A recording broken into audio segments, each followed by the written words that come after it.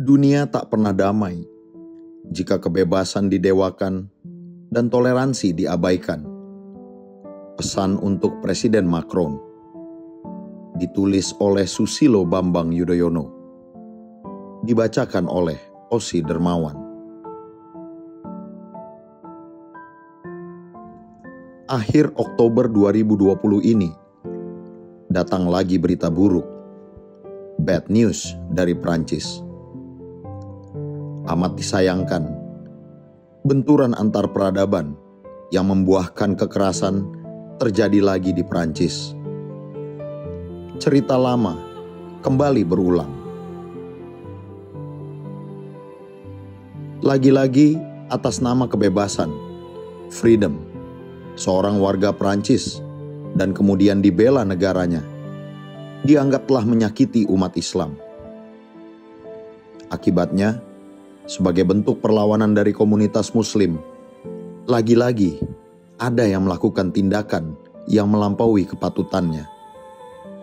Alhasil, siklus kekerasan, balas-membalas, terjadi lagi. Kalau hal begini terus berlangsung, kapan kita bisa keluar dari lingkaran pertikaian ini? Kapan pula kedamaian dan harmoni benar-benar hadir dalam kehidupan antar bangsa? Menyusul kejadian di Prancis tersebut, seperti biasanya, dunia kembali dibanjiri oleh pernyataan dari para pemimpin dunia. Pernyataan itu ada yang senada, tetapi ada pula yang amat berbeda. Secara eksplisit, hampir semuanya mengecam pembunuhan guru sejarah Prancis yang mempertunjukkan karikatur Nabi Muhammad kepada para muridnya itu. Juga, beberapa hari setelah itu, dunia kembali mengecam insiden penusukan yang terjadi di Nice, Prancis, yang mengakibatkan jatuhnya 3 korban jiwa dan sejumlah orang luka-luka. Termasuk pula kecaman terhadap penembakan seorang pendeta gereja Ortodoks Yunani di Lyon. Diduga, aksi terorisme ini dilatar belakangi oleh penyebaran karikatur Nabi Muhammad secara demonstratif di negara itu. Saya amati pula, ternyata tidak ada yang membenarkan kekerasan dan aksi-aksi terorisme itu, apapun alasannya. Kecaman juga datang dari para pemimpin negara Islam, bukan hanya dari para pemimpin negara Barat. Pada titik ini, sebagai seorang yang pernah memimpin negara yang kaum muslimnya terbesar di dunia, saya merasa lega. Alhamdulillah, ini sungguh penting. Ini modal yang amat berharga bagi pencarian solusi dan jalan keluar di masa depan. Namun, di tengah kelegaan hati saya itu, tetap ada yang mengusik dan mengganggu pikiran saya. Apa yang saya maksud? Setelah sama-sama mengecam terjadinya aksi kekerasan dan terorisme itu, dunia kembali terbelah. Di satu sisi, para pemimpin negara-negara Barat segera membangun solidaritas dan dukungan terhadap Prancis. Tema besarnya adalah kebebasan itu dijamin oleh negara. Kebebasan harus diterima oleh siapapun dan tak boleh diganggu. Kebebasan atau freedom itu di atas segalanya. Sementara itu, di sisi lain, para pemimpin dan tokoh di dunia Islam kembali mengecam penghinaan terhadap Islam atau blasphemy, defamation, melalui pembuatan karikatur Nabi Muhammad tersebut. Kemarahan umat Islam makin besar ketika Presiden Macron mengeluarkan pernyataan yang dinilai mendiskreditkan agama Islam, insulting. Protes-protes sosial segera berlangsung di sejumlah negara. Barang-barang produksi Prancis pun ikut diboikot. Sebagaimana yang diteriakkan di Prancis pada awal 2015 dulu, "We are at war." Kali ini di Timur Tengah juga dikumandangkan hal yang kurang lebih sama. Kalau ditelusuri, keyakinan dan pandangan dari kedua belah pihak memang secara fundamental berbeda, bahkan berlawanan. Yang satu berpendapat bahwa membuat karikatur Nabi Muhammad itu sebuah ekspresi kebebasan. Hal begitu dibenarkan dan mesti dilindungi. Sedangkan satunya lagi bersikeras bahwa tindakan itu sangat melecehkan dan menghina Islam. Perbuatan seperti itu tak boleh dibiarkan dan harus dilawan. Harus diberikan penalti. Pandangan yang saling berbenturan inilah yang membuat situasi di banyak belahan dunia kembali bergolak, kembali memanas. Saat ini, munculnya clash dan pertikaian seperti itu sesungguhnya tidaklah diharapkan.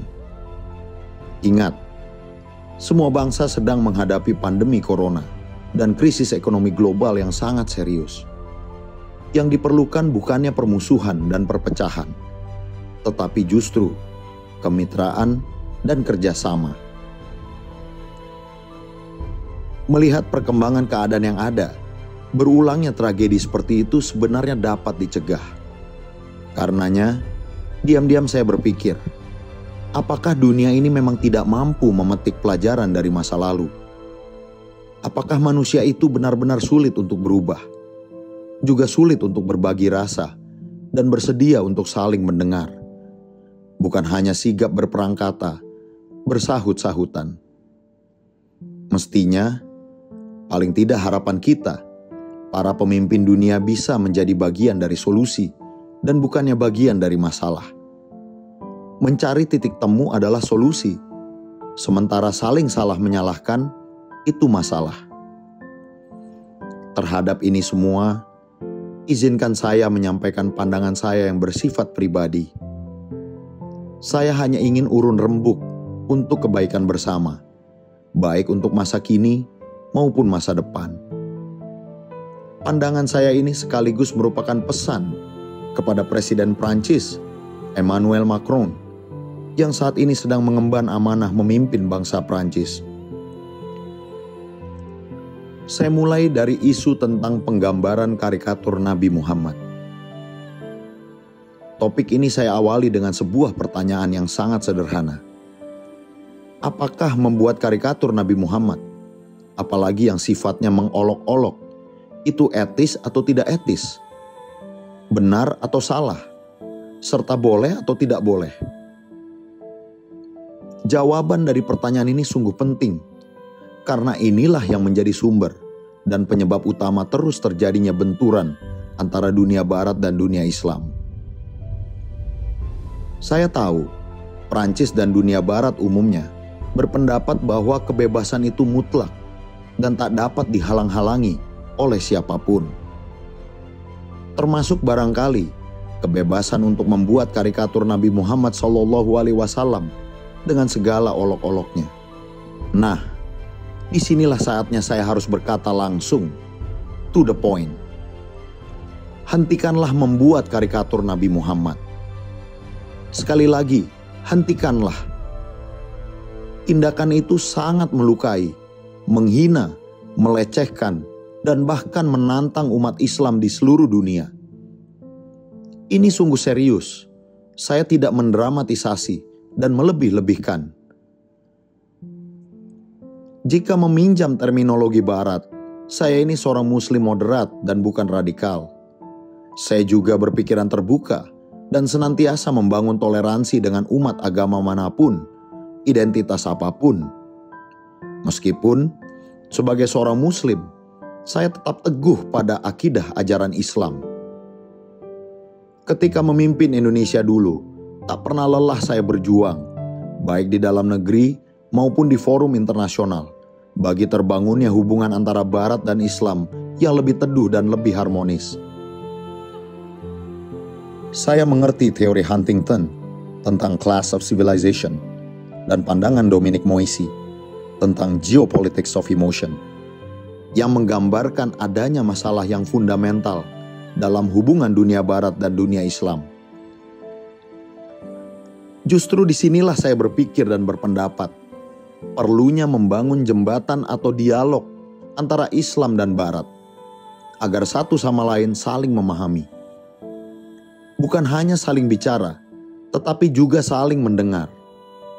Dengan cara itu, saya yakin akan lebih terbangun sikap saling hormat menghormati dan saling bertoleransi, sehingga benturan antar keyakinan dan identitas tidak makin menjadi-jadi.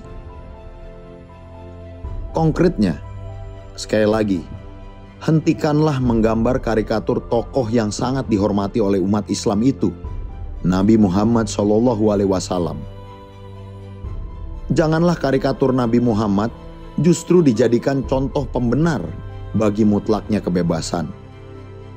Sebaliknya, yang bijak dan mendidik adalah bila mengatakan seperti ini: meskipun kebebasan itu hak yang azasi bagi setiap manusia, namun tak berarti tidak ada batasnya. Contohnya, janganlah kita membuat karikatur Nabi Muhammad, karena itu akan sangat melukai umat Islam. Mestinya begitu yang harus disampaikan, dan bukan sebaliknya. Tanpa harus terus menggambar, menerbitkan, dan mempublikasikan karikatur Nabi Muhammad, tidakkah ruang untuk mengekspresikan kebebasan itu sangat luas? Bahkan seluas samudera. Ada ribuan kata, gambar, dan bentuk-bentuk lain untuk mengekspresikan sebuah kebebasan. Khusus pada Presiden Prancis Macron, Anda bisa menjadi pemimpin yang lebih arif dan lebih bijaksana. Tolong imbangi pandangan dan keyakinan Anda dengan pandangan dan keyakinan pemimpin lain yang berbeda. Ingat, semua bangsa punya hak untuk tinggal dan hidup di bumi ini. Semuanya setara. Tidak boleh ada yang memonopoli kebenaran dan selalu mendiktekan pandangan-pandangannya. Kami di Indonesia, sebagai sahabat Prancis, juga ingin negeri Anda selalu diberikan kedamaian dan kesejahteraan. Saya juga berdoa bangsa Prancis bisa menjalin persahabatan dan kemitraan yang kuat dengan semua bangsa di dunia, termasuk Indonesia. Khusus menyangkut keamanan dalam negeri Anda, saya juga berharap Prancis dibebaskan dari berbagai aksi teror dan kekerasan yang kerap terjadi. Terorisme adalah extraordinary crimes dan sejatinya tak mengenal agama. Radikalisme juga ada di identitas manapun, agama apapun. Saya bukan hanya pandai berkata-kata. Di masa lampau, Indonesia juga mengalami aksi-aksi terorisme yang serius. Kami juga tegas dalam memerangi terorisme. Namun, tidak pernah mengatakan bahwa agama Islamlah yang salah dan bermasalah, seperti nada bicara Anda beberapa saat yang lalu. Saat ini, Anda tengah mendapatkan peluang untuk mengubah jalannya sejarah, perubahan ke arah yang lebih baik. Melalui podcast ini, saya ingin menyampaikan pendapat bahwa hak dan kebebasan itu sesungguhnya tidak mutlak, tidak absolut. Bagaimanapun tetap ada batasnya. Tidakkah Universal Declaration of Human Rights yang diproklamasikan dan diadopsi oleh Perserikatan Bangsa-Bangsa pada tanggal 10 Desember 1948 di Paris, di negeri Anda sendiri, Presiden Macron, menetapkan adanya pembatasan atau limitation. Pembatasan itu berkaitan dengan penggunaan hak dan kebebasan yang dimiliki oleh seseorang, the exercise of rights and freedoms. Sebagaimana yang tertuang dalam pasal 29 ayat 2 dari Universal Declaration of Human Rights, menurut saya jiwa dan esensinya adalah penggunaan hak dan kebebasan itu dibatasi oleh pertimbangan, atau jika berkaitan dengan moralitas, ketertiban, dan keamanan masyarakat, serta kesejahteraan umum. Saya berpendapat penggambaran karikatur Nabi Muhammad adalah termasuk dalam lingkup pembatasan ini. Saya juga mengikuti putusan Mahkamah Hak Asasi Manusia Uni Eropa atas dugaan penghinaan terhadap Nabi Muhammad SAW oleh seorang warga Austria dalam sebuah seminar di tahun 2009. Diputuskan bahwa tindakan seseorang yang didakwa menghina Nabi Muhammad tersebut tidak dilindungi atau tidak sesuai dengan pasal 10 tentang kebebasan berpendapat dalam Konvensi Hak Asasi Manusia Uni Eropa. Putusan mahkamah ini menguatkan putusan Pengadilan Kriminal Wina 15 Februari 2011 dan Pengadilan Banding Wina bulan Desember 2011 atas kasus yang saya utarakan tadi. Mahkamah juga mengatakan bahwa putusan kedua pengadilan di Wina tersebut sudah benar dan adil. Benar dan adil karena telah mempertimbangkan kebebasan berpendapat warga negara Austria tersebut, sekaligus dihadapkan dengan hak masyarakat, khususnya Muslim di Austria, untuk menjaga kehormatan agama mereka, serta hak pemerintah Austria untuk menjaga perdamaian antar umat beragama di negeri itu. Cerita tentang putusan Mahkamah HAM Uni Eropa ini perlu saya angkat untuk dua alasan. Alasan pertama, hal ini bisa menginspirasi dan menjadi pembanding bagi negara dan masyarakat Prancis tentang batas-batas sebuah kebebasan. Saya tahu, Prancis adalah negara terkemuka dan punya peran penting di komunitas Uni Eropa, bahkan di Perserikatan Bangsa-Bangsa. Saya berharap jiwa dan esensi putusan Mahkamah HAM Uni Eropa tersebut juga menyiratkan nilai-nilai shared values yang dianut oleh Uni Eropa secara keseluruhan. Alasan kedua, cara yang ditempuh oleh komunitas Muslim di Austria tersebut juga bisa menginspirasi komunitas Muslim di negara lain jika harus menuntut haknya karena agamanya dihina oleh pihak lain. Menurut saya itulah cara yang benar, karena dilakukan secara damai dan konstitusional, ketimbang dengan menggunakan kekerasan dan harus main hakim sendiri. Saya pikir itu dulu yang mesti saya sampaikan. Ini bukan forum ilmiah buat kita saling berdebat dan berargumentasi. Ini hanyalah forum podcast buat saya menyampaikan hak dan kebebasan yang saya miliki, yang dijamin oleh The Universal Declaration of Human Rights.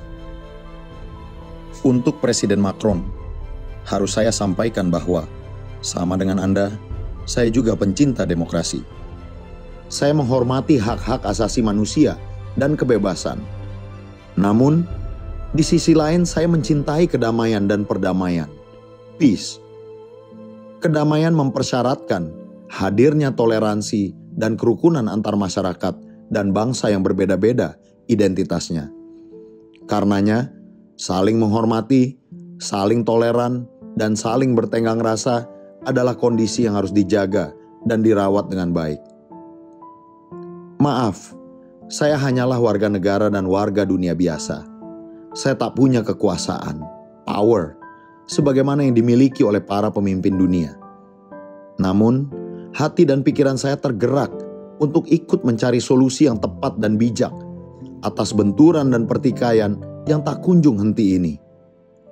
Masalah dan benturan terjadi sejak penggambaran karikatur Nabi Muhammad di Denmark tahun 2005, penerbitan karikatur yang serupa oleh Charlie Hebdo di Paris tahun 2015, penerbitan ulang karikatur yang dimuat Charlie Hebdo di tahun 2020 ini, dan yang paling akhir adalah dipertontonkannya karikatur Nabi Muhammad kepada publik akhir-akhir ini. Tentu dibarengi dengan berbagai reaksi dan respons dari kalangan umat Islam yang sebagian daripadanya dinilai melampaui batas dan tak bisa dibenarkan.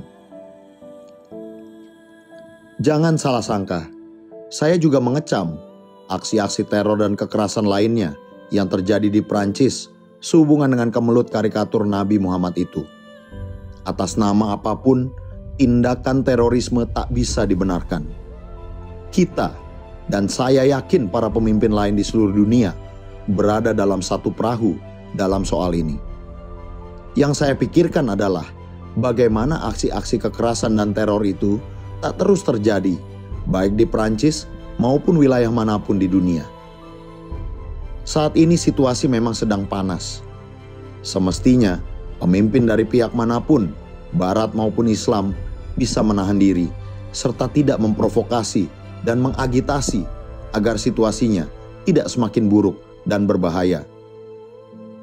Yang diperlukan adalah kepedulian, tekad dan aksi nyata para pemimpin, untuk mencari solusi agar pertikaian ini tak terus berlangsung. Atas pertimbangan itu semua, saya hanya ingin menyampaikan pesan dan harapan kepada Tuan Macron, Presiden Prancis, sebagaimana yang telah saya uraikan tadi. Harapan saya yakin ini juga harapan umat Islam di seluruh dunia. Mulailah dari menghentikan penggambaran dan publikasi karikatur Nabi Muhammad. Kalau bisa dilakukan, itu sebuah awal yang menjanjikan harapan. A good beginning. A new beginning. Kalau orang seperti saya berani mengatakan bahwa membunuh dan melakukan aksi kekerasan terhadap yang dinilai menghina Islam itu salah, artinya masih ada cara lain, mestinya Anda juga berani mengatakan bahwa yang membuat dan mempertontonkan karikatur Nabi Muhammad itu juga salah. Mulailah dari itu dulu. Mari kita putus mata rantai balas-membalas yang bisa terus terjadi. Semoga Duta Besar Prancis untuk Indonesia, Bapak Olivier Chambard, berkenan mengkomunikasikan intisari dari pesan dan harapan saya ini. Saya juga mengikuti Presiden Jokowi telah mengeluarkan pernyataan yang resmi. Karenanya, anggaplah yang saya sampaikan ini merupakan pesan dari salah satu anggota masyarakat Indonesia. Saya tahu, tak mudah memang untuk mengubah suatu keyakinan dan cara pandang. Seolah tak akan mungkin dilakukan.